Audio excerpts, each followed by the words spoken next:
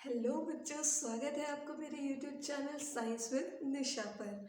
मेरा नाम है निशा और मैं आपके लिए लेकर आ चुकी हूँ एक complete revision on matter in our surroundings. तो मैटर इन अवर सराउंडिंग्स में हम क्या क्या सीखेंगे, हम जानेंगे कि मैटर क्या होता है। तो सबसे पहले देखते हैं हमारे पहले सवाल का जवाब, व्हाट इज मैटर। तो अगर सिंपल लैंग्वेज में मैं आपको बताऊं कि मैटर क्या है, तो matter is anything which occupy space and has some mass is called matter. Matter की डेफिनेशन क्या है? Matter is anything which occupy space and has mass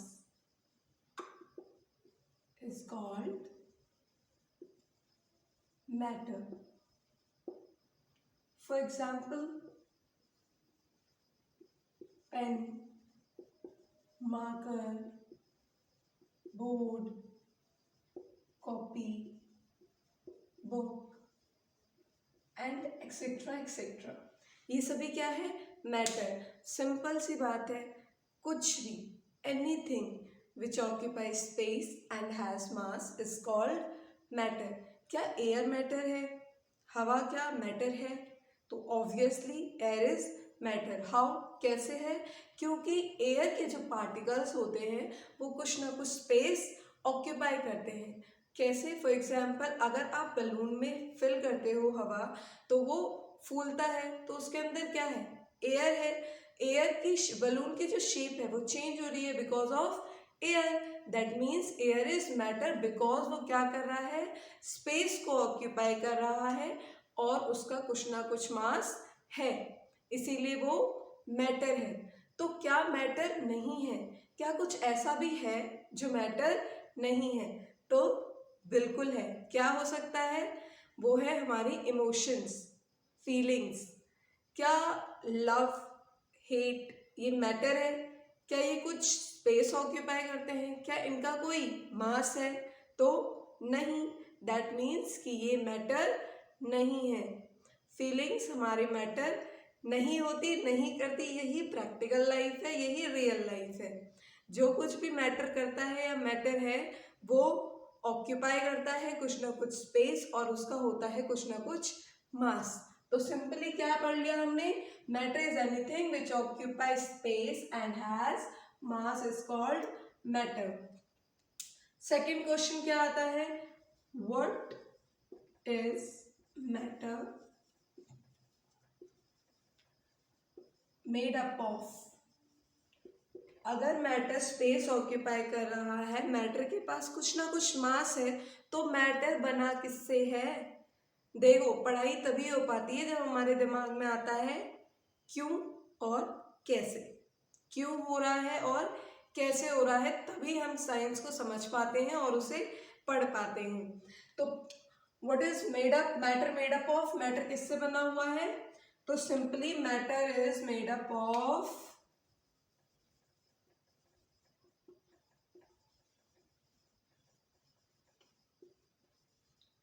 very small or tiny particles। Matter जो है वो बहुत ही स्मॉल और tiny particles से मिलकर बना होता है। इतने ज़्यादा स्मॉल होते हैं ये पार्टिकल्स कि आप पावरफुल माइक्रोस्कोप से भी इनको ठीक से देख नहीं सकते। बहुत ही ज़्यादा स्मॉल पार्टिकल्स से मिलकर के मैटर बना हुआ होता है। तो इसके कुछ ना कुछ कैरेक्टरिस्टिक्स होंगे, कुछ ना कुछ उसकी प्रॉपर्टीज होंगी कि वो क्या होती हैं, कैसा होता है पार्टिकल। तो अब उसके बारे में जानते हैं, कैरेक्टरिस्टिक्स ऑफ पार्टिकल्स क्या होते हैं। Let me erase it.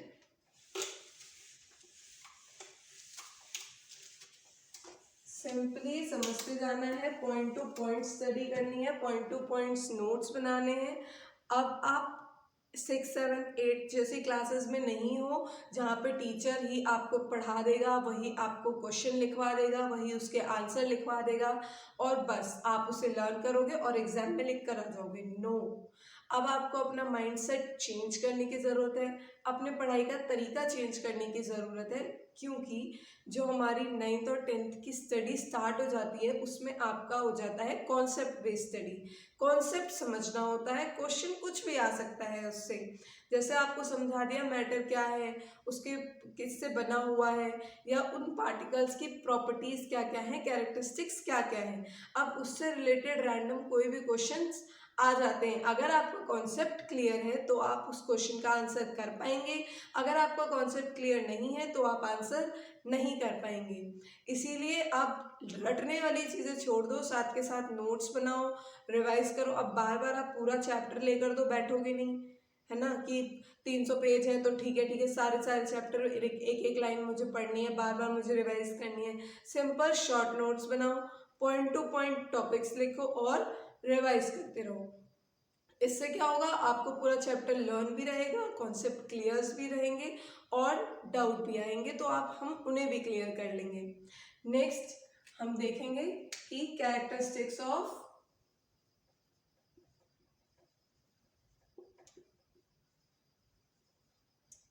Particles. पहला क्या है, particles have spaces between them. दूसरा, particles are very very small.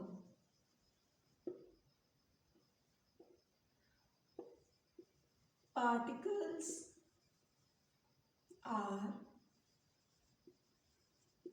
attract each other.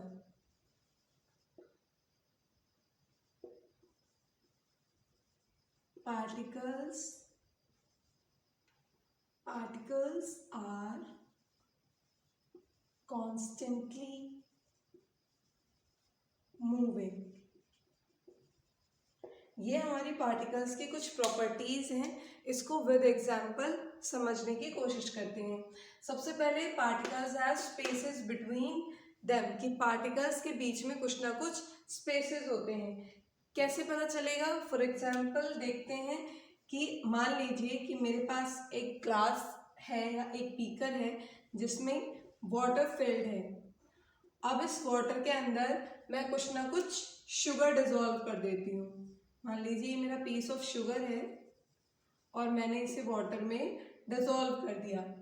Water में डिजोल्व होने के बाद जब पानी में वो मैंने शुगर डिजोल्व नहीं की थी तो मैंने ग्लास में इतना पानी फिल किया था, और जब मैंने शुगर डिजोल्व कर दी और मैंने नोटिस किया कि वाटर का जो लेवल है वो ना तो बढ़ा ही नहीं है और कम तो खैर क्या ही होगा, बढ़ा नहीं है लेवल।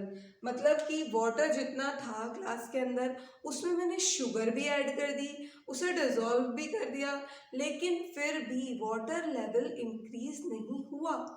इसका क्या रीज़न है? क्या ये कोई मैजिक है? नहीं, ये मैजिक नहीं है, ये साइंस है।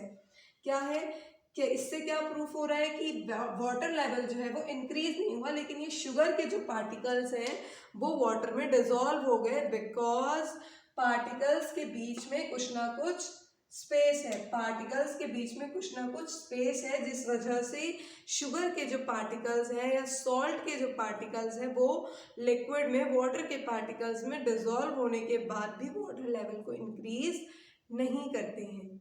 आई hope you are clear. Second point देखते हैं कि पार्टिकल्स जो होते हैं वो बहुत ही स्मॉल होते हैं, बहुत ही माइक्रो साइज के होते हैं। जैसे कि मान लीजिए हमने एक बीकर में 100 ml वाटर लिया, नॉर्मल वाटर 100 ml, और हमने उसमें 10 ml पोटेशियम परमैंगनेट डाल दिया। जब हमने उसमें 10 ml पोटेशियम परमैंगनेट डाला तो हमने नोटिस किया कि उसका जो कलर है वो चेंज हो गया, वाटर का कलर चेंज हो गया पर्पल में, पर्पल कलर में वाटर चेंज हो गया। उसके बाद हमने इसी चेंज्ड कलर में से, चेंज कलर वाटर में से 10 ml आउट किया, 10 ml बाहर लिया और उसे हमने 90 ml क्लियर वाटर में, ये हमारा 90 ml क्लियर वाटर है, इसके अंदर हमने 10 ml ऐड कर दिया, जो कि हमने ऑलरेडी 100 ml में जो 10 ml ऐड किया था उसमें से लिया है। अब इसमें ऐड करने के बाद क्या हुआ, इसने भी अपने कलर को चेंज कर दिया, पर्पल में कर दिया, change its colour to purple, इसने भी पर्पल में कर दिया। अब हमने इसके बाद फिर से क्या किया, फिर से हमने 90 ml क्लियर वाटर लिया और उसमें इस कंटेनर से 10 ml इसमें डाल दिया। अब क्या होगा, अभी भी हम नोटिस करेंगे कि वाटर का कलर पर्पल में चेंज हो रहा है।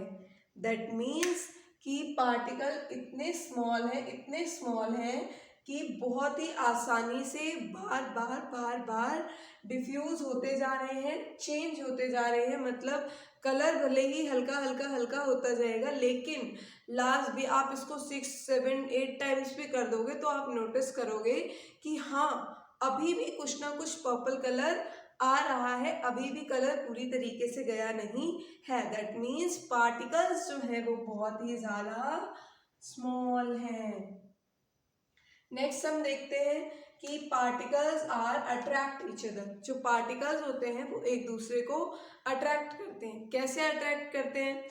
फॉर एग्जाम्पल मान लीजिए मेरे पास एक चौक का पीस है। चौक, आप सभी ने चौक देखी होगी कैसी होती है।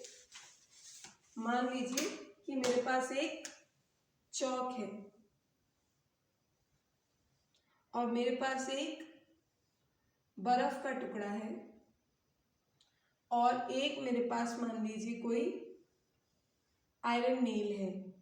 अब मेरे पास आयरन नेल है, आइस क्यूब है और चौक है। अब इसमें क्या होगा कि मैं चौक को तो बहुत ही इजीली ब्रेक कर पाऊंगी। क्या बर्फ को तोड़ पाऊंगी? तोड़ सकती हूँ अगर थोड़ा ज्यादा प्रेशर दूं, किसी हैमर से तोड़ने की कोशिश करूं। उसके बाद नेल, क्या नेल को मैं कितना भी हथौड़ा मारूं, कितना भी हथौड़ा मारूं, क्या वो टूटेगी? तो जवाब है नहीं भाई, वो नहीं टूटेगी। वो मुड़ जाएगी, ऐसी टेढ़ी मेढ़ी हो जाएगी, लेकिन टूटेगी नहीं। बहुत ही एटीट्यूड और ईगो है इस नेल के अंदर कि आप इसको कितना भी पीटो, कितना भी मारने की कोशिश करो, ये मुड़ जाएगी लेकिन टूटेगी नहीं। अब आपने क्या देखा कि इन तीनों ही चीजों में क्या है, सॉलिड है। तीनों ही चीजों में पार्टिकल्स क्या कर रहे हैं, एक दूसरे को अट्रैक्ट कर रहे हैं, जिसकी वजह से ये सॉलिड शेप बनी हुई है, मेंटेन है, एक दूसरे को अट्रैक्ट कर रहे हैं। बस फर्क क्या है कि इनका फोर्स ऑफ अट्रैक्शन जो है वो डिफरेंट डिफरेंट है। जैसे चौक का फोर्स ऑफ अट्रैक्शन थोड़ा सा वीक है, क्यूब का मॉडरेट है, और ये तो इतना ईगो भरा हुआ है इसके अंदर कि बहुत ही ज्यादा हाई फोर्स ऑफ अट्रैक्शन है। अब फोर्स ऑफ अट्रैक्शन कि पार्टिकल्स एक दूसरे को अपनी तरफ खींच रहे हैं। जैसे सॉलिड में पार्टिकल्स जो होते हैं बहुत ही पास पास होते हैं, तो इनका फोर्स ऑफ अट्रैक्शन जो होता है एक दूसरे की तरफ वो बहुत ही ज्यादा हाई होता है। जैसे हमारे क्लोज फ्रेंड्स होते हैं, बेस्ट फ्रेंड्स होते हैं, हमारी उनके साथ बॉन्डिंग कितनी ज़्यादा स्ट्रांग होती है, इतने ज़्यादा अटैच होते हैं, एक दूसरे को अट्रैक्ट करते हैं। वैसे ही ये पार्टिकल्स भी एक दूसरे के बेस्ट फ्रेंड होते हैं, अट्रैक्ट करते हैं। अगर ये इनका फोर्स ऑफ अट्रैक्शन बहुत ज़्यादा है तो सॉलिड में होते हैं। बस ये थोड़ा सा डिफरेंस हो जाता है फोर्स ऑफ अट्रैक्शन में, अदरवाइज और कुछ नहीं है। इससे प्रूफ क्या हो रहा है कि particles are attract each other. Particles जो होते हैं वो एक दूसरे को अट्रैक्ट करते हैं। अब लास्ट हम देखते हैं particles are constantly moving. Constantly moving. अब मान लो कि आप आए हो किसी शादी में। अब क्या होगा कि शादी में कहीं पे खाना पक रहा होगा तो आपके पास महक आएगी खाने की, अपने आप आती है। ऐसा तो नहीं है कि आप जाते हो खाने के पास तब आपको महक आती है, दूर से ही महक आ जाएगी, हाँ भाई कहीं बड़ा टेस्टी खाना पक रहा है। तो ऐसा कैसे होता है, कैसे हमें स्मेल आ जाती है उस चीज़ की, उस पार्टिकल की, कि वहाँ पे क्या खाना पक रहा है, क्या हो रहा है। और क्या होता है, मान लो पापा जी पूजा कर रहे हैं, मम्मी घर में पूजा कर रही हैं और उन्होंने अगरबत्ती जला दी है। आप सो रहे हो आराम से, मम्मी ने तो नहा के पूजा कर ली, हमसे तो उठा ही नहीं जाता, नहीं उठा जाता, सच में नहीं उठा जाता।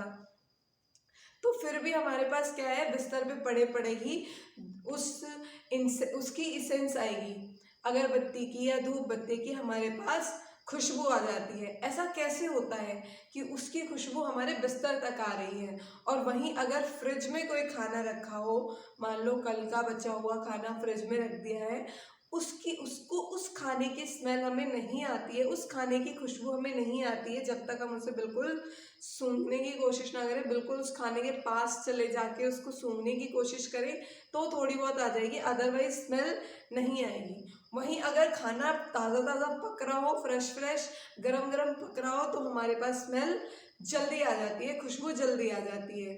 तो ऐसा कैसे होता है, क्योंकि जो पार्टिकल्स हैं गैस के उस टाइम पर, कि हमने धूप बत्ती जलाई या खाना गरम गरम पक रहा है, तो उसमें से गैस वेपर्स पार्टिकल्स बनते हैं और वो इतनी कॉन्स्टेंटली, इतनी जल्दी जल्दी मूव करते हैं कि वो हम तक बहुत ईजिली आ जाते हैं। बहुत ईजिली कैसे आ जाते हैं, क्योंकि उनका टेम्परेचर जो होता है, जो तापमान होता है, वो बहुत ज़्यादा हाई होता है। अब आप अपने ऊपर ही ले लो, मान लो बहुत कड़कती धूप है, मम्मी ने कह दिया बेटा जा छत से कपड़े उतार के ला, अब आप पहुंच गए नंगे पैर, तो आप कैसे चलोगे, कैसे चलोगे, फर्श पूरा इतना गर्म है तो कैसे फुदक फुदक के चलते हैं ना कपड़े उतारने के लिए। तो वैसे ही, क्यों, क्योंकि फर्श क्या है, गर्म है, टेम्परेचर क्या है, हाई है, तो पार्टिकल्स बहुत जल्दी जल्दी, जैसे आप बहुत जल्दी जल्दी मूव करते हो, सेम वैसे ही हमारे पार्टिकल्स हैं बेचारे, वो भी तो मूव करते हैं, उन्हें भी गर्मी लगती है। वैसे ही जैसे ही हम टेम्परेचर हाई करते हैं या कोई चीज़ हीट हो रही है, खाना पक रहा है, हीट हो रही है, धूप बत्ती जल रही, हीट हो रही है, टेम्परेचर इंक्रीज होगा तो पार्टिकल्स बहुत जल्दी जल्दी मूव करेंगे। यही रीज़न है कि उनकी स्मेल हमारे पास दूर से ही आ जाती है। इससे क्या प्रूफ होता है कि पार्टिकल्स की जो प्रॉपर्टी है कि वो कॉन्टिन्यूसली क्या करते हैं, मूव करते हैं। अब हमने 4 प्रॉपर्टी सिंपल पढ़ ली पार्टिकल्स की, क्या क्या है, particles have spaces between them, particles are very very small, tiny particles, particles are attract each other, particles are constantly moving. सभी के हमने एग्जाम्पल भी देख लिए हैं, राइट। तो मान लीजिए अब रैंडम कोई क्वेश्चन आ जाता है कि मम्मी खाना पका रही हैं, गरम गरम खाना पक रहा है किचन में, उसकी खुशबू आपके पास जल्दी आ जाती है एज कंपेयर टू जबकि कि रात का रखा हुआ खाना है, उसकी खुशबू आपके पास नहीं आ रही है। इसका रीज़न क्या है, तो आई होप कि अब आप रीज़न दे रहे होंगे, दे सकते होंगे, क्योंकि मैं आपको क्लियर कर चुकी हूँ कि कैसे पार्टिकल्स कॉन्स्टेंटली मूव करते हैं टेम्परेचर इंक्रीज होने पे। तो इन डिटेल मैं चाहती हूँ कि आप मुझे आंसर कमेंट में बताओ कि आखिरकार गर्म खाने की खुशबू हमारे पास कैसे आ जाती है और ठंडे खाने की खुशबू क्यों नहीं आती है। अब बढ़ते हैं आगे की तरफ। हमने कैरेक्टरिस्टिक्स पढ़ लिए हैं। एक पार्टिकल जानते हैं डिफ्यूजन क्या होता है इन सिंपल वर्ड्स। तो diffusion is intermixing of particles of different types of matter on their own is called diffusion। मतलब कि जब different different types of matter means, मान लीजिए एक लिक्विड है, एक गैस है, ऐसे अलग अलग, या फिर लिक्विड में liquid, different type of matter, अलग अलग मैटर अपने आप एक दूसरे में मिक्स हो जाते हैं, उसी प्रोसेस को डिफ्यूजन कहते हैं। अपने आप मिक्स हो जाने के प्रोसेस को, different different types of matter अपने आप जब मिक्स हो जाते हैं, उसे हम डिफ्यूजन कहते हैं। That means intermixing of particles of different types of matter on their own, अपने आप मिक्स हो जाते हैं, उस प्रोसेस को डिफ्यूजन कहते हैं। ये गैसेस में भी होता है, लिक्विड्स में भी होता है और सॉलिड में भी होता है। डिफ्यूजन कब इंक्रीज होता है? जब हम टेम्परेचर को इंक्रीज कर देते हैं तो डिफ्यूजन की जो स्पीड होती है, डिफ्यूजन होने का जो रेट होता है वो भी इंक्रीज हो जाता है। That means when we rate of diffusion increases और increasing in temperature. I hope कि डिफ्यूजन क्लियर है क्या होता है। अब आगे बढ़ते हैं स्टेट्स ऑफ मैटर। अच्छा, मुझे जल्दी जल्दी से कमेंट्स में बताओ कि कितने types of states of matter होते हैं। स्टेट ऑफ मैटर कितने टाइप के होते हैं? फर्स्ट ऑफ, जल्दी मेरे बताने से पहले, states of matter.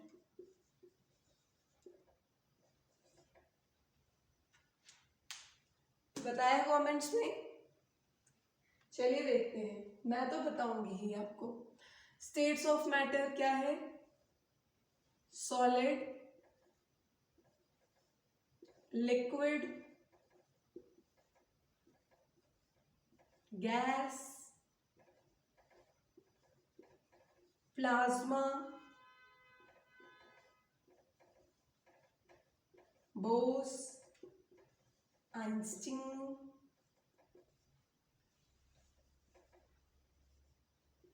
condensate.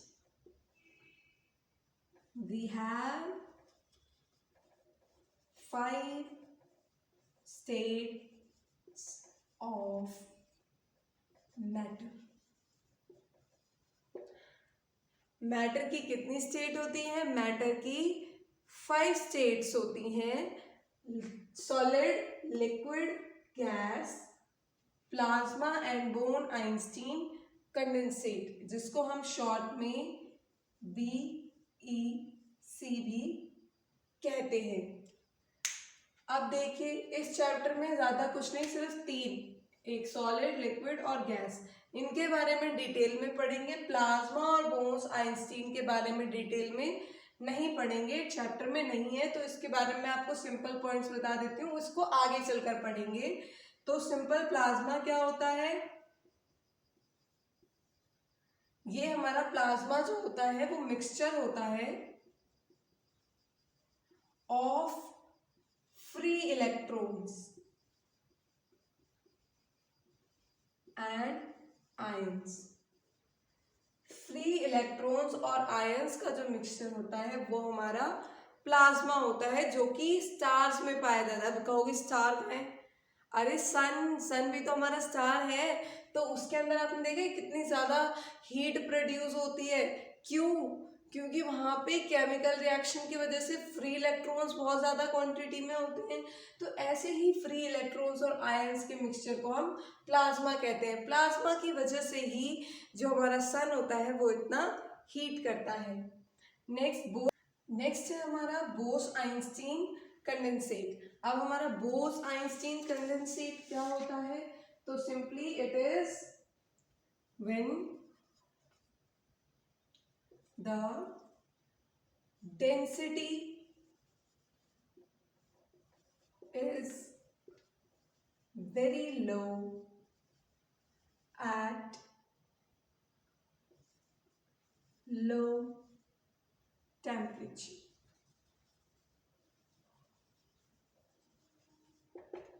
Simply जब बहुत ही ज्यादा गैसेस की बहुत ज़्यादा डेंसिटी लो होती है और टेम्परेचर भी बहुत ज़्यादा लो हो जाता है, उस टाइम पे जो मैटर बनता है वो है हमारा बोस आइंस्टीन कंडेंसेट।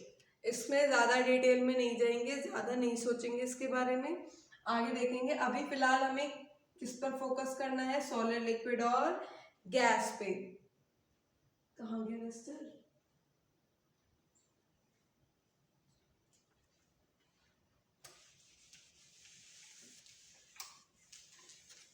अब हमने टाइप्स ऑफ मैटर देख लिए हैं, क्या क्या होते हैं। अब हम देखेंगे इनकी properties.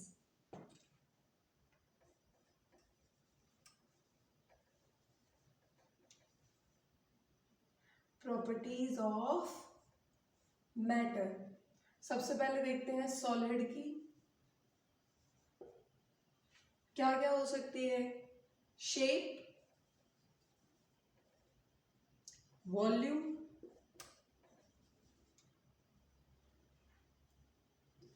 Force of attraction, compressibility,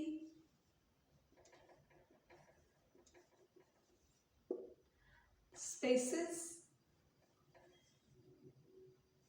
density और टाइप। ये हमारे कुछ, इससे क्या होगा कि आपको रटने की जरूरत नहीं पड़ेगी, सिंपल आप ये टॉपिक सोचो और इसके बारे में तीनों की अलग अलग प्रॉपर्टीज लिख के आप पता लगा सकते हो सिंपल क्या है। आपको लर्न करने की जरूरत नहीं पड़ेगी, सिर्फ समझने की है। सिंपल क्या है देखिए, शेप सॉलिड है, सॉलिड में शेप कैसी होती है, डेफिनेट, फिक्स्ड होती है। तो ये कैसे बन सकती है, इट हैज फिक्स्ड शेप या फिर it has definite shape, right. Volume, क्या वॉल्यूम चेंज होती है, नो, सॉलिड में definite volume means it has fixed और definite volume. Force of attraction, जो पार्टिकल्स के का फोर्स ऑफ अट्रैक्शन होता है आपस में, वो क्या होता है, तो सबसे ज्यादा एज कंपेयर टू अगर आप देखो सॉलिड, लिक्विड और गैस में, तो सबसे ज्यादा हाई जो फोर्स ऑफ अट्रैक्शन होता है वो सॉलिड का होता है। तो सिंपल आप इसमें क्या लिख सकते हो कि फोर्स ऑफ अट्रैक्शन क्या है, हाई या फिर मैक्सिमम है, मैक्सिमम या फिर हाई है। It has maximum force of attraction या फिर it has high force of attraction. Compressibility, compressibility क्या होता है, कंप्रेसिबिलिटी मतलब होता है किसी चीज को आप कितना दबा सकते हो, कितना ज्यादा उसे कंप्रेस कर सकते हो। तो फॉर एग्जाम्पल जैसे कि मान लो ये मार्कर है, अब मैं इसे कितना भी दबाऊं, कितना भी दबाऊं, ये अपनी शेप को चेंज नहीं करेगा। इसमें इसका मतलब क्या है कि कंप्रेसिबिलिटी, जो हम इसे दबा रहे हैं फिर भी अपनी शेप को चेंज नहीं कर रहा है, दैट मीन्स कि सॉलिड में जो कंप्रेसिबिलिटी होती है वो बिल्कुल नेग्लिजिबल होती है। नेग्लिजिबल मतलब जिसको आप होना ना होना बराबर है, जीरो भी कह सकते हो या compare to zero, simple negligible होती है, ना के बराबर होती है। स्पेसेस, अब आप स्पेसेस देख सकते हो, क्या पार्टिकल्स में स्पेसेस क्या है, अब देखो कंपैरिजन कर लो सॉलिड, लिक्विड और गैस, तो स्पेसेस क्या है, बिल्कुल मिनिमम है, बहुत ही कम है। डेंसिटी क्या है, डेंसिटी पर यूनिट एरिया पर वॉल्यूम क्या है, वॉल्यूम पर यूनिट एरिया, तो डेंसिटी पार्टिकल्स की बहुत ज्यादा हाई है। टाइप क्या है, क्या गुदगुदा है, सॉफ्ट है, हार्ड है, फिक्स है। तो हम सभी को पता है फिक्स है, तो टाइप कैसी है, रिजिड है। रिजिड होता है जो चेंज नहीं होता है, दैट मीन्स कि अगर मार्कर की ये शेप है तो यही शेप रहेगी, चेंज नहीं होगी। ये होती है रिजिड शेप, जहाँ पे सारे पार्टिकल्स जो होते हैं मैटर के वो बिल्कुल फिक्स्ड होते हैं, इधर उधर मूव नहीं होते हैं, जिसकी वजह से मैटर जो होता है वो रिजिड होता है। ये सारे प्रॉपर्टीज हमने देखे सॉलिड के। अब हम देखते हैं सेम प्रॉपर्टीज लिक्विड के लिए।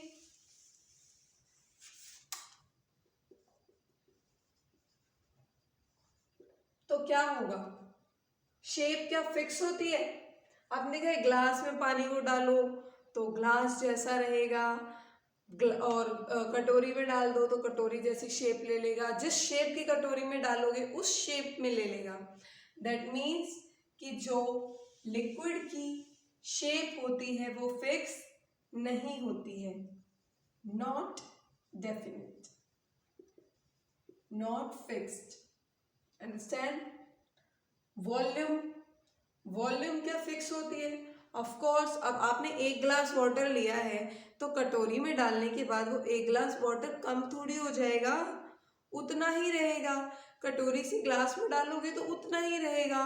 दैट मीन्स वॉल्यूम जो होता है वो फिक्स होता है, डेफिनेट होता है, चेंज नहीं होता है। फिर है फोर्स ऑफ अट्रैक्शन।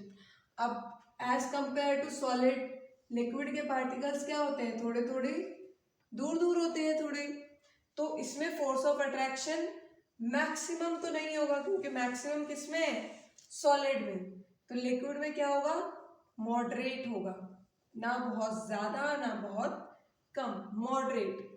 कंप्रेसिबिलिटी होगी, क्या लिक्विड को कंप्रेस कर सकते हो, लिक्विड को दबा करके कम कर सकते हो, नहीं कर सकते हो, आप लिक्विड को कंप्रेस नहीं कर सकते हो। दैट मीन्स कंप्रेसिबिलिटी क्या हो गई, नेग्लिजिबल, लगभग जीरो, जिसे हम मान नहीं सकते।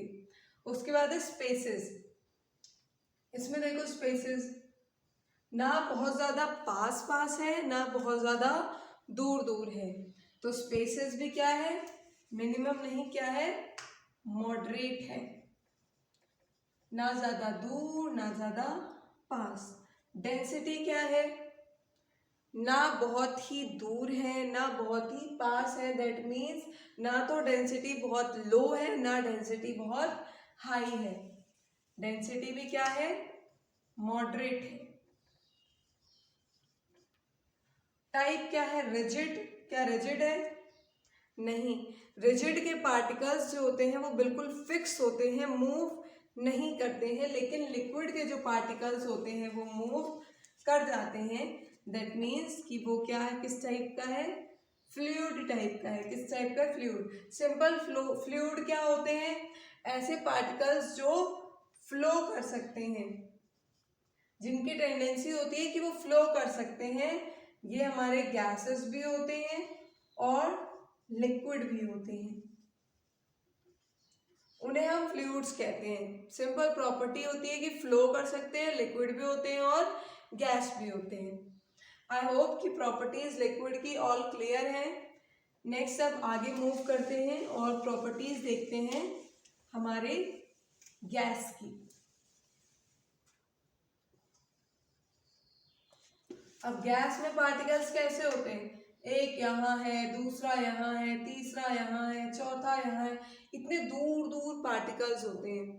तो इसमें शेप क्या फिक्स है, गैस की शेप क्या फिक्स होती है, नो, नॉट फिक्स्ड या नॉट डेफिनिट, ना तो फिक्स होती है ना डेफिनेट होती है। वॉल्यूम क्या फिक्स होता है, तो वॉल्यूम भी फिक्स नहीं होता है, कोई आप वॉल्यूम उसकी फिक्स नहीं कर सकते, not fixed, not definite. Next force of attraction. अब आप देखो कितनी दूर दूर पार्टिकल्स हैं, इनका फोर्स ऑफ अट्रैक्शन बिल्कुल ही मिनिमम होता है, बहुत ही कम होता है। कंप्रेसिबिलिटी, यस, हाई कंप्रेसिबिलिटी होती है।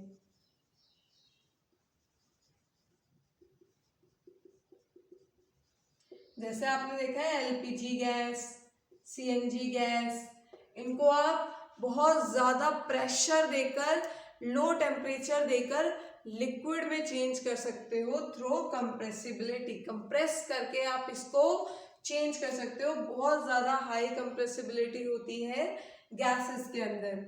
Spaces, oh my God, spaces तो देखो, मैक्सिमम स्पेसेस होता है पार्टिकल्स के बीच में, it has maximum spaces between the particles. Density कैसी होती है, बहुत, अब देखो पार्टिकल्स पास पास होते तो डेंसिटी हाई होती, अब इसमें पार्टिकल्स बहुत दूर दूर है तो डेंसिटी भी बहुत ही कम है, मिनिमम है या फिर लो डेंसिटी है, बहुत ज्यादा कम है। टाइप क्या है, फ्लूइड, लिक्विड भी फ्लूइड होते हैं, गैसेस भी फ्लूइड होती हैं, फ्लो होने की टेंडेंसी होती है इनकी, गैसेस भी हमारी फ्लूइड होती हैं। ये थी हमारी properties of matter. I hope कि आपको प्रॉपर्टीज ऑफ मैटर क्लियर है, इसमें कोई परेशानी नहीं है। सिंपल इससे रिलेटेड क्वेश्चंस कैसे होते हैं, बहुत ही कॉमन सेंस वाले क्वेश्चंस होते हैं, बहुत ही रियल लाइफ से रिलेटेड होते हैं। अब मान लीजिए मैं आपसे बोलती हूँ कि रबर बैंड है, आपने रबर बैंड सभी ने देखी है, स्ट्रेच करो स्ट्रेच हो जाती है, तो क्या वो सॉलिड है? मैम वो तो चेंज हो रही है, आपने कहा था कि फिक्स्ड होती है, लेकिन मैं तो उसे खींच पा रहा हूँ, तो क्या खींच पा रही हूँ, तो क्या वो सॉलिड की कैटेगरी में आएगा? तो यस, वो सॉलिड की कैटेगरी में आएगा। क्यों आएगा?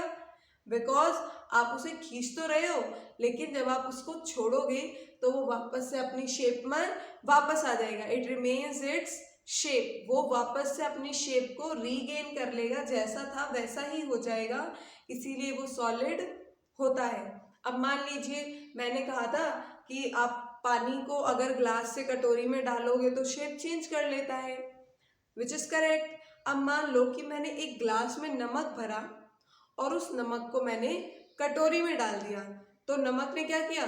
कटोरी की शेप ले ली, तो क्या वो सॉलिड नहीं है? तो उसमें क्या होगा, आप नोटिस करोगे कि सॉल्ट के या शुगर के पार्टिकल्स कुछ इतने छोटे छोटे होते हैं, राइट?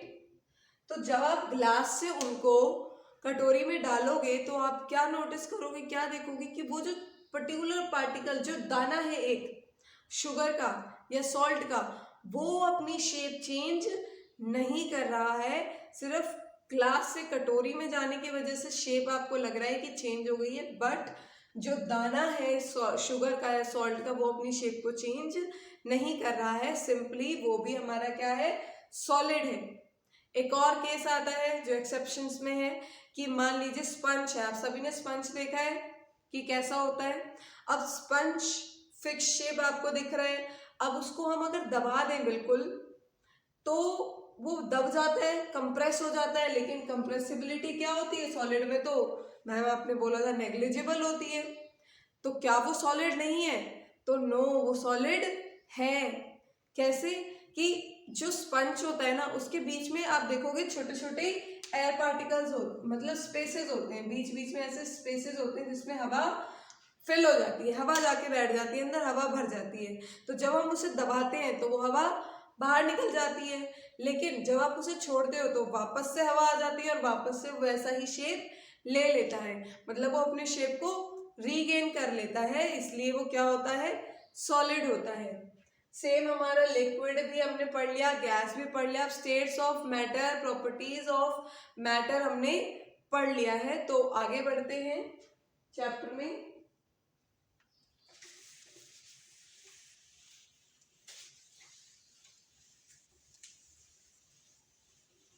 सिंपल, कोई भी डाउट हो कमेंट में कब बताइए। इसके बाद इसी से रिलेटेड मैं आपके लिए इम्पोर्टेंट क्वेश्चंस लेकर आऊँगी जो कि नीट के लिए या फिर आप किसी भी कॉम्पिटिटिव एग्जाम की तैयारी करते हो तो मस्ट इम्पॉर्टेंट होते हैं, बहुत ही ज़्यादा ज़रूरी भी होते हैं। तो इसीलिए चैनल को अभी सब्सक्राइब कर लो ताकि मेरे आने वाली वीडियो की नोटिफिकेशन आपको मिल जाए। The SI unit of temperature, temperature की SI यूनिट क्या होती है? टेम्परेचर की SI यूनिट होती है केल्विन।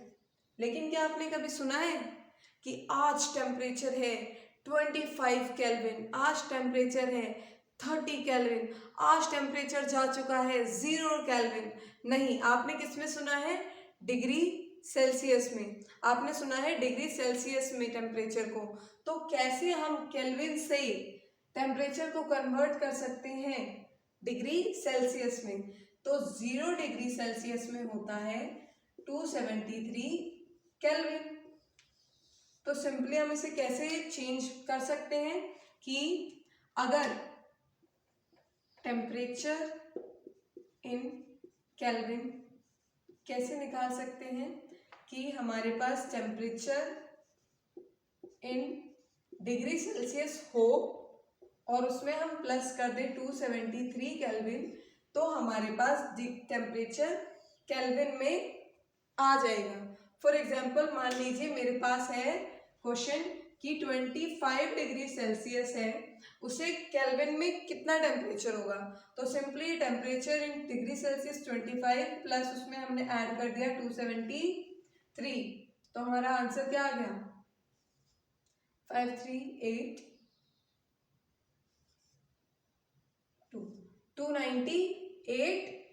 केल्विन, ये हमारा टेम्परेचर आ गया इस फॉर्मूले से। अब मान लीजिए कि मुझे केल्विन में दिया हुआ है, मुझे क्वेश्चन दिया है कि 298 केल्विन है, इसको डिग्री सेल्सियस में चेंज करिए। तो सिंपली हम क्या करेंगे, ये प्लस की वैल्यू को इधर माइनस में लाएंगे और हमें टेम्परेचर इन डिग्री सेल्सियस मिल जाएगा। कैसे, टेम्परेचर इन केल्विन, ये हमारा प्लस का था -273 और इक्वल टू में हमें क्या मिल गया, टेम्परेचर इन डिग्री सेल्सियस। मतलब केल्विन का टेम्परेचर हमें ऑलरेडी दिया हुआ है 298, जिसमें से हम माइनस कर देंगे 273, तो हमें हमारा जो हमारा टेम्परेचर होगा सेल्सियस में वो मिल जाएगा। 8 में से 3 जाएंगे तो 5, 9 में से 7 गया 2, तो हमारा टेम्परेचर क्या आ गया, 25 डिग्री सेल्सियस। ये कन्वर्जन के क्वेश्चंस बहुत आते हैं हमारे एनसीईआरटी में भी, बहुत सारे दिए हुए हैं, तो उनको प्रैक्टिस करना है, कन्वर्जन करना है कि कैसे आप केल्विन से डिग्री सेल्सियस में चेंज कर सकते हो, डिग्री सेल्सियस से केल्विन में चेंज कर सकते हो। बहुत इजी है, कुछ भी नहीं है इसमें, तो समझना है और प्रैक्टिस करना है। अब टेम्परेचर के बाद हम देखते हैं क्या स्टेट ऑफ मैटर चेंज हो सकता है। Changes in state of matter, क्या स्टेट ऑफ मैटर चेंज हो सकता है कि सॉलिड से लिक्विड हो जाए, लिक्विड से सॉलिड हो जाए, क्या ऐसा पॉसिबल है? तो यस, ऐसा पॉसिबल है। कैसे पॉसिबल है और क्या से क्या किस किस चीज में चेंज होता है? मान लीजिए हमारे पास सॉलिड भी है, लिक्विड है, गैस है। अब अगर सॉलिड से लिक्विड चेंज होगा हीट प्रोवाइड करने पे, जब हम हीट प्रोवाइड करते हैं, टेम्परेचर इंक्रीज करते हैं, तो स्टेट ऑफ मैटर चेंज होता है। टेम्परेचर इंक्रीज करने पे स्टेट ऑफ मैटर चेंज होता है।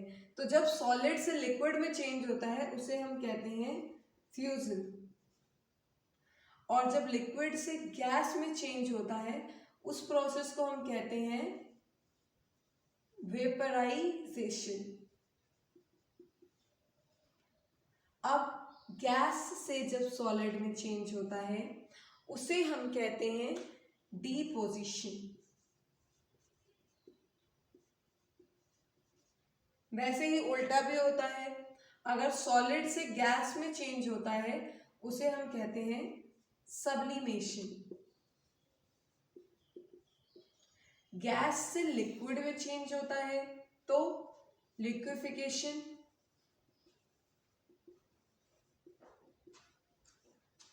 अगर लिक्विड से सॉलिड में चेंज होता है तो सॉलिडिफिकेशन।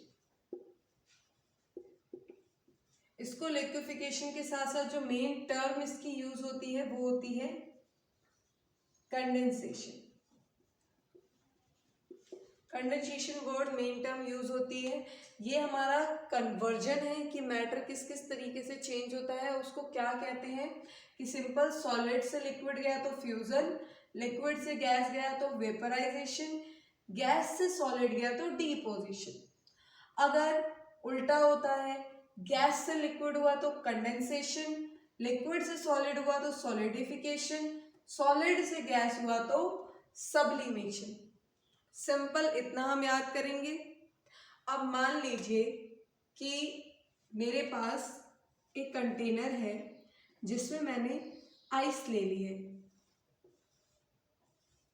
आइस जमा कर ली है। अब मैंने उसको नीचे से क्या कर दिया है, हीट देना स्टार्ट कर दिया है, बर्नर ऑन करके हीट देना स्टार्ट कर दिया है। अब ये क्या होगा, मेल्ट होना स्टार्ट करेगा। अभी हमने टेम्परेचर पढ़ा था कि टेम्परेचर जो होता है वाटर का, मेल्टिंग पॉइंट जो होता है वो वाटर का जो बॉइलिंग पॉइंट होता है वो होता है 100 डिग्री सेल्सियस, और आइस का जो मेल्टिंग पॉइंट होता है वो होता है 0 डिग्री सेल्सियस। अब मैम ये मेल्टिंग पॉइंट क्या है, ये बॉइलिंग पॉइंट क्या है? तो कुछ नहीं, मेल्टिंग पॉइंट वो पॉइंट है, वो ऐसा पॉइंट जहां पर आकर जो सॉलिड है वो चेंज होने लगता है लिक्विड में। वो एटमॉस्फेरिक टेम्परेचर जहां पे सॉलिड लिक्विड में चेंज होने लगता है वो होता है मेल्टिंग पॉइंट। और ऐसा एटमॉस्फेरिक टेम्परेचर जहां पर हमारा लिक्विड चेंज होने लगता है गैस में, लिक्विड चेंज होने लगता है गैस में, वो टेम्परेचर होता है बॉइलिंग पॉइंट। और सॉलिड चेंज होने लगता है लिक्विड में, वो टेम्परेचर होता है melting point. I hope I am clear. तो आइस का मेल्टिंग पॉइंट होता है 0 डिग्री, वाटर का बॉइलिंग पॉइंट होता है 100 डिग्रीज। तो जब मैं यहाँ पे बर्न करूंगी इस आइस को जो कि अभी सॉलिड है, और यहाँ पे लगा दूंगी एक टेम्परेचर जो कि मेजर करेगा टेम्परेचर को, तो मैं क्या देखूंगी कि जैसे ही ये 0 डिग्री अटेन करता है, 0 डिग्री पे पहुंचता है, तो ये लिक्विड में चेंज होने लगता है। लेकिन टाइम बीत रहा है 5 सेकेंड, 10 सेकेंड, 15 सेकेंड, 1 मिनट, ये टेम्परेचर बदल नहीं रहा है, 0 डिग्री का 0 डिग्री ही है, और जो आइस है वो मेल्ट होती जा रही है। How is this possible? अगर हीट जा रही है, हीट इंक्रीज हो रही है, टेम्परेचर इंक्रीज हो रहा है, तो वो एनर्जी जा कहाँ रही है, वो एनर्जी कहाँ जा रही है? तो वो एनर्जी हमारी यूज होती है, जो हमारे पार्टिकल्स होते हैं वाटर के, उनको, उनका जो फोर्स ऑफ अट्रैक्शन होता है उनको ब्रेक करने के लिए, उसको फोर्स ऑफ अट्रैक्शन को तोड़ने के लिए। तो जब तक इन सारे आइस के पार्टिकल्स के फोर्स ऑफ अट्रैक्शन ब्रेक नहीं हो जाते, ये पूरा का पूरा लिक्विड में चेंज नहीं हो जाता, तब तक ये टेम्परेचर इंक्रीज नहीं होगा। और इसी टेम्परेचर को हम कहते हैं latent heat. Heat consumed by particles on conversion from one state of matter to another state of matter। एक state of matter से दूसरे state of matter में कन्वर्ज होते वक्त जो एनर्जी यूज होती है, जो वो हीट यूज होती है, उस हीट को हम कहते हैं लेटेंट हीट। अब अगर वो हीट यूज हो रही है, मान लीजिए सॉलिड से लिक्विड के लिए कन्वर्जन के लिए वो हीट यूज हो रही है, पार्टिकल्स यूज कर रहे हैं अपने फोर्स ऑफ अट्रैक्शन को ब्रेक करने के लिए पार्टिकल्स के, और सॉलिड से लिक्विड में जाने के लिए, तो उस लेटेंट हीट को हम कहते हैं latent heat of fusion. Solid to liquid है लेटेंट हीट ऑफ फ्यूजन। अगर लिक्विड से गैस में जा रही है, लिक्विड से गैस में कन्वर्ट हो रहा है, फॉर एग्जाम्पल कि एक कंटेनर है, उसमें लिक्विड है और वो वहां पे भी हमने बर्नर लगा दिया है, बॉईल होना स्टार्ट कब करेगा? जब 100 डिग्री सेल्सियस अटेन करेगा। तो क्या होगा? धीरे धीरे, जब तक हर पार्टिकल अपना फोर्स ऑफ अट्रैक्शन ब्रेक नहीं कर लेता, हर पार्टिकल अपने फोर्स ऑफ अट्रैक्शन को ब्रेक करने के लिए जो एनर्जी कंज्यूम करता है, जो हीट कंज्यूम करता है, उसे हम कहते हैं लेटेंट हीट ऑफ वेपराइजेशन। क्योंकि लिक्विड टू गैस कन्वर्जन हो रहा है, तो latent heat of vaporization. I hope कि आपको लेटेंट हीट बिल्कुल क्लियर हो चुकी है। एक बार फिर से बता देती हूँ कि energy required by particles for conversion from one state of matter to another state of matter, वो एनर्जी जो एक स्टेट ऑफ मैटर से दूसरे स्टेट ऑफ मैटर में कन्वर्ट होने के लिए इस्तेमाल हो रही है, उसे हम लेटेंट हीट कहते हैं। अगर सॉलिड से लिक्विड में कन्वर्ट होने के लिए इस्तेमाल हो रही है तो लेटेंट हीट ऑफ फ्यूजन कहेंगे। अगर लिक्विड से गैस में कन्वर्ट हो रही है तो लेटेंट हीट ऑफ वेपराइजेशन कहेंगे। आई होप क्लियर है ये। Let me erase it. Melting point clear है, वो टेम्परेचर, वो पॉइंट जहां पर जो हमारा सॉलिड है वो लिक्विड में कन्वर्ट होने लगता है, वो मेल्टिंग पॉइंट होता है। और वो पॉइंट, वो एटमॉस्फेरिक टेम्परेचर जहाँ पे लिक्विड गैस में कन्वर्ट होने लगती है, वो हमारा होता है बॉइलिंग पॉइंट। ये छोटे छोटे कुछ टर्म्स हैं जो आपको बहुत ज़्यादा काम आएंगे जब आप आगे फर्दर स्टडी भी करोगे और अभी भी चैप्टर्स को पढ़ोगे। तो ये छोटे छोटे टॉपिक्स हैं, ये छोटे छोटे टर्म्स ऐसे हैं जो आपको काम आएंगे। तो लेटेंट हीट में कंफ्यूज नहीं होना। आई होप मैंने पूरी तरीके से आपको समझा दिया है।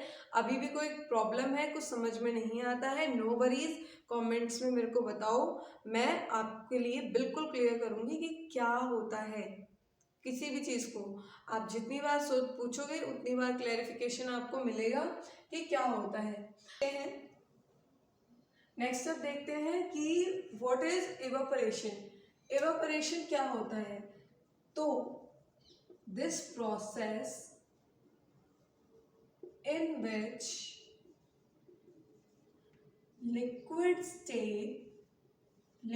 convert into gaseous state at any temperature below its boiling point is called evaporation. से समझने की कोशिश करते हैं कि वो ऐसा प्रोसेस जिसमें लिक्विड गैस में कन्वर्ट हो रहा है अपने बॉइलिंग पॉइंट से पहले। बॉइलिंग पॉइंट मैंने आपको बताया था, ऐसा एटमॉस्फेरिक टेम्परेचर जिसके अंदर लिक्विड गैस में कन्वर्ट होता है, वो बॉइलिंग पॉइंट होता है। और वाटर का बॉइलिंग पॉइंट होता है 100 डिग्री सेल्सियस। तो क्या हमेशा 100 डिग्री सेल्सियस पे ही लिक्विड से गैस कन्वर्ट होता है? क्या उससे पहले नहीं होता? तो अगर बॉइलिंग पॉइंट से पहले ही 100 डिग्री सेल्सियस से पहले ही लिक्विड फॉर्म जो है वो गैसियस फॉर्म में कन्वर्ट हो जाती है, उसी प्रोसेस को हम कहते हैं इवेपोरेशन। फॉर एग्जाम्पल क्या हो सकते हैं इसके? क्या आप दे सकते हैं कुछ एग्जाम्पल? क्लोथ्स। फॉर एग्जाम्पल आपने धूप में कपड़े सूखने के लिए रखे, अब आप नोटिस करोगे कि वो थोड़ी देर बाद सूख जाएंगे।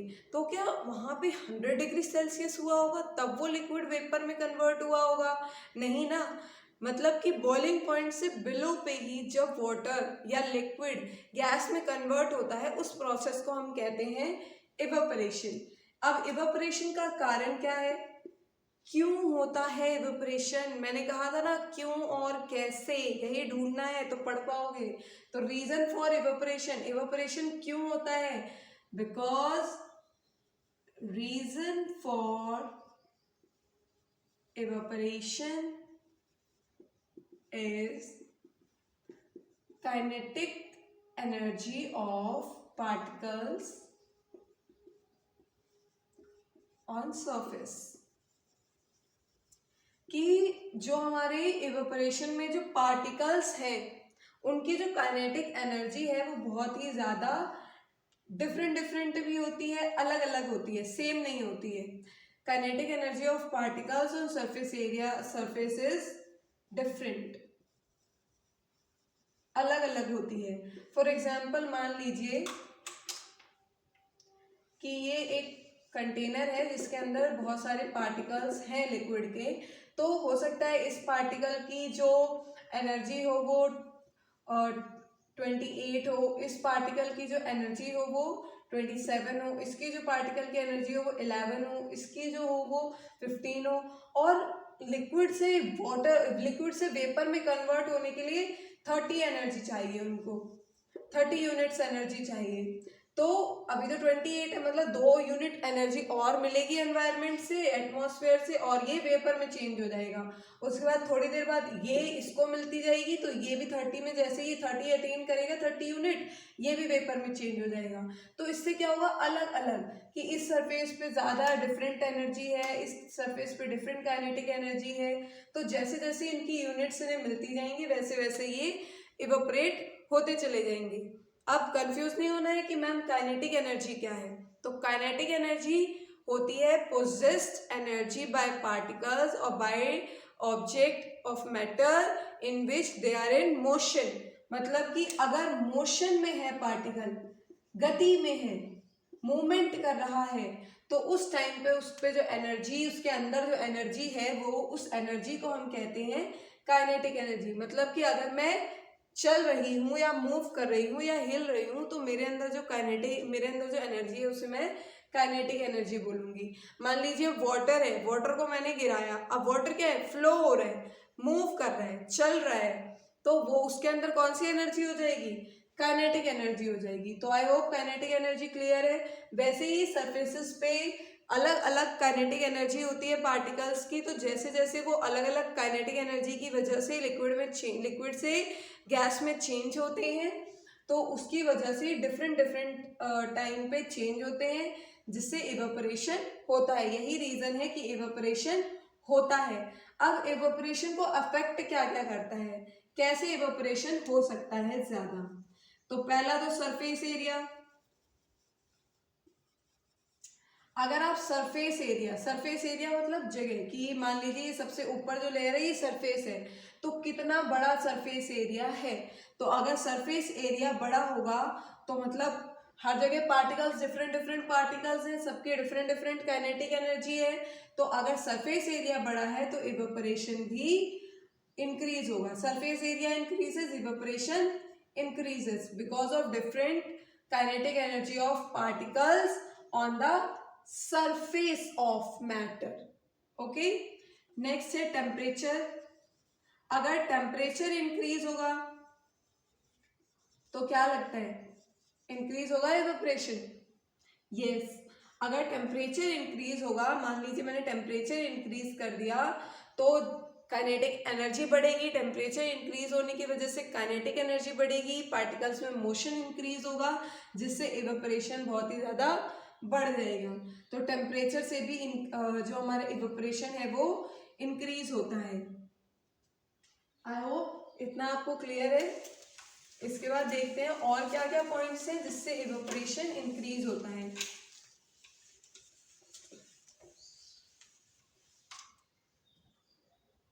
टेम्परेचर के बाद थर्ड है ह्यूमिडिटी। ह्यूमिडिटी क्या होता है, simple water vapour present in atmosphere. Atmosphere में जो वाटर वेपर प्रेजेंट होते हैं उसी को ह्यूमिडिटी कहते हैं। अब अगर ह्यूमिडिटी इंक्रीज होगी, मतलब एटमॉस्फेयर के अंदर जो वाटर वेपर है वो इंक्रीज हो जाएंगे, तो ह्यूमिडिटी अगर इंक्रीज होगी तो क्या इवेपोरेशन इंक्रीज होगा। मान लीजिए एक क्लास है, उसके अंदर टोटल 20 बच्चे बैठ सकते हैं, 20 स्टूडेंट्स बैठ सकते हैं। तो मान लीजिए इसके अंदर ऑलरेडी क्लास में 20 स्टूडेंट्स हैं, तो और जो अगर 5 स्टूडेंट्स और आएंगे, क्या वो उस क्लास में बैठ पाएंगे, क्या वो यहाँ एडजस्ट हो पाएंगे, नहीं हो पाएंगे, क्योंकि स्पेस ही नहीं है। अगर यहाँ पे मान लीजिए कि 20 की जगह सिर्फ 10 स्टूडेंट्स प्रेजेंट हैं, 10 स्टूडेंट्स बैठे हुए हैं, और बैठ तो 20 सकते हैं। अब 5 स्टूडेंट्स अगर आएंगे तो क्या वो एडजस्ट हो पाएंगे, तो बहुत ही इजीली एडजस्ट हो जाएंगे, बहुत ही आसानी से बैठ जाएंगे। वैसे ही एटमॉस्फेयर में अगर पहले से ही वाटर वेपर्स प्रेजेंट होंगे, ह्यूमिडिटी इंक्रीज है, that means water vapours present है एटमॉस्फेयर में हाई क्वांटिटी में, तो अगर पहले से वाटर वेपर प्रेजेंट होंगे तो इवेपोरेशन होने के बाद जो लिक्विड गैस बनेगा, वाटर वेपर की फॉर्म लेगा, क्या वो इजीली एडजस्ट कर पाएगा, नहीं कर पाएगा। दैट मीन्स अगर ह्यूमिडिटी बढ़ेगी तो इवेपोरेशन कम हो जाएगा। इसीलिए तो जब बरसात का मौसम होता है, वाटर वेपर की क्वांटिटी ज़्यादा होती है एटमॉस्फेयर में, ह्यूमिडिटी ज़्यादा होती है, तो कपड़े भी नहीं सूख पाते हैं, क्योंकि इवेपोरेशन कम हो जाता है। ह्यूमिडिटी इंक्रीज होने की वजह से इवेपोरेशन जो है वो कम हो जाता है। Last, wind. विंड क्या है, क्या एयर है मैम, क्या एयर को आप विंड कह रहे हो, तो सिंपल विंड होता है फ्लोइंग एयर। अगर हवा बह रही है तो उसे हम विंड कहते हैं। जैसे मान लो कि ये कपड़ा सूख रहा है हमारा, इसमें बहुत सारे वाटर वेपर्स हैं, पानी लिक्विड की फॉर्म में पानी है, तो हवा जो आएगी वो इस सरफेस एरिया पे आके हवा इसकी काइनेटिक एनर्जी को चेंज करेगी और इस पार्टिकल को अपने साथ लेकर चली जाएगी। तभी क्या होता है कि हवा ज़्यादा तेज चलेगी तो कपड़े भी जल्दी सूख जाते हैं, क्योंकि उसके जो लिक्विड पार्टिकल्स होते हैं वो विंड जो होती है वो अपने साथ ले जाती है, या फिर उनकी काइनेटिक एनर्जी इतनी बढ़ाती है अपने साथ ही लेकर चली जाती है। इसीलिए अगर विंड ज़्यादा तो इवेपोरेशन भी ज़्यादा। क्लियर? ये फैक्टर्स अफेक्टिंग इवेपोरेशन जो कि मैंने आपको क्लियर कर दिया है कि कौन कौन से वो फैक्टर्स हैं जो इवेपोरेशन में हमें अफेक्ट करते हैं इवेपोरेशन को।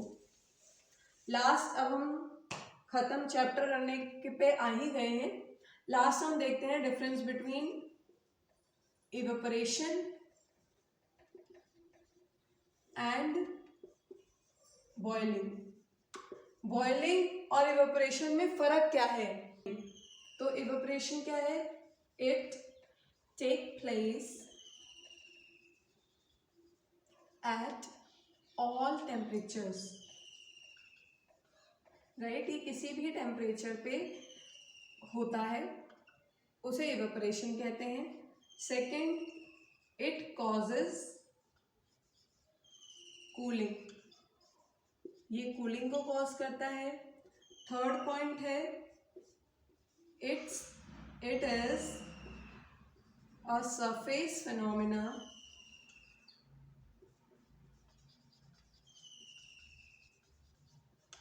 it starts from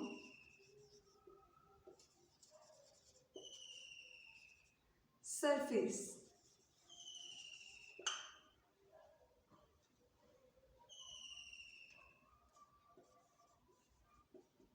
It is a surface phenomena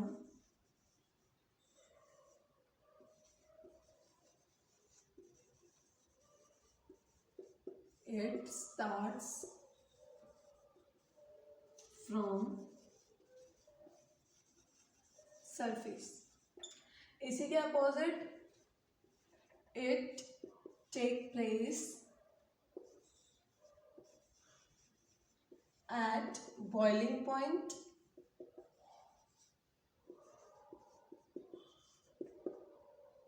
it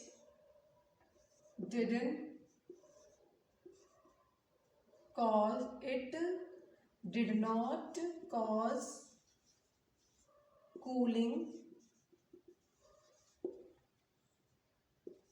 It is a bulk phenomena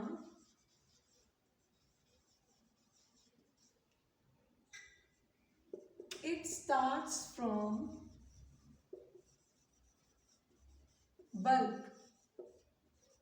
That means कि इवेपोरेशन जो है वो किसी भी सभी टेम्परेचर्स पे होता है, बॉइलिंग सिर्फ बॉइलिंग पॉइंट पे होता है। इट कॉजेस कूलिंग, जैसे ही आप मान लीजिए कि पार्टिकल जो लिक्विड का था वो यहाँ पे था और वो बाहर की आसपास के एटमॉस्फेयर की हीट लेकर के, एनर्जी लेकर के और गैस में कन्वर्ट हो गया, तो जैसे ही वो गैस में कन्वर्ट होता है तो वहाँ पे जहाँ से वो लिक्विड से गैस में कन्वर्ट हुआ है उस जगह पर एक कूलिंग इफेक्ट छोड़ता है, क्योंकि वहाँ पे प्रेशर क्या हो जाता है? लो हो जाता है और आसपास का प्रेशर हाई होता है। तो जैसे ही हाई प्रेशर से लो प्रेशर पे हवा जाती है तो वो एक कूलिंग इफेक्ट छोड़ता है। It did not cause cooling, जबकि बॉइलिंग में ऐसा नहीं होता है। It is a surface phenomena. बताया था मैंने आपको कि इवेपोरेशन क्या है? सरफेस के ऊपर जो पार्टिकल्स होते हैं उनकी काइनेटिक एनर्जी में डिफरेंस की वजह से होता है। तो सिंपल इवेपोरेशन एक सरफेस फिनोमेना है जो सरफेस से ही स्टार्ट होता है, और बॉइलिंग जो है वो एक बल्क मतलब कंप्लीट ह्यूज फिनोमेना है जो बल्क से ही स्टार्ट होता है। जैसे कि मान लो कि मैं ये बॉयल कर रही हूँ लिक्विड एक कंटेनर में, तो सिर्फ ऊपर ऊपर लिक्विड नहीं बॉयल होगा, क्या होगा, पूरे कंटेनर में हर जगह लिक्विड जो है वो बॉईल होगा, मतलब कि ये बल्क में हो रहा है, बल्क फिनोमेना है, पूरे में बॉईल हो रहा है। उसी जगह पे अगर मान लो मैंने पोछा लगा दिया है घर में, तो सरफेस पे जो पार्टिकल्स हैं वो चेंज होंगे गैस में, मतलब ये क्या है, एक सरफेस फिनोमेना है। ये हमारे डिफरेंस था इवेपोरेशन और बॉइलिंग में। अब हम बढ़ चुके हैं अपने चैप्टर की एंडिंग की तरफ। यहाँ हमारा चैप्टर खत्म हो गया है। अगर कोई टॉपिक समझ में नहीं आया हो तो कमेंट में करो, अगर वीडियो अच्छी लगी हो तो कमेंट में मेरे को बताओ कि हाँ मैम आपकी वीडियो ठीक थी या नहीं थी। अगर आपको कोई कमी लगती है कि मैम अभी आपके पढ़ाने में शायद यहाँ पे कुछ कमी है, या आप इस तरीके से कोई आप मुझे तरीका सजेस्ट करना चाहो, तो आपका बहुत ही थैंक यू, बहुत ही वेलकम है कि आप मुझे आइडिया दें उसके लिए। और धन्यवाद भी है, थैंक यू भी है कि आप मुझे अपना टाइम और अपना कमेंट देंगे। आप एक होमवर्क क्वेश्चन कर लें। मैं आपको एक क्वेश्चन दूंगी और आप उसका जवाब मुझे कमेंट में देंगे। ओके, तो मान लीजिए मेरा क्वेश्चन है कि मान लीजिए कि जो मैंने आपको एक एग्जांपल दिया था ना कि लिक्विड है, उसके अंदर मैंने पोटेशियम परमैंगनेट डाला तो वो लिक्विड पर्पल कलर का हो गया। तो उसके अंदर क्या हो रहा है, वो कैसे पर्पल कलर का हो गया? क्या उसके अंदर इन्फ्यूजन हो रहा है, क्या उसके अंदर डिफ्यूजन हो रहा है, क्या बॉइलिंग हो रही है, या फिर क्या इवेपोरेशन हो रही है?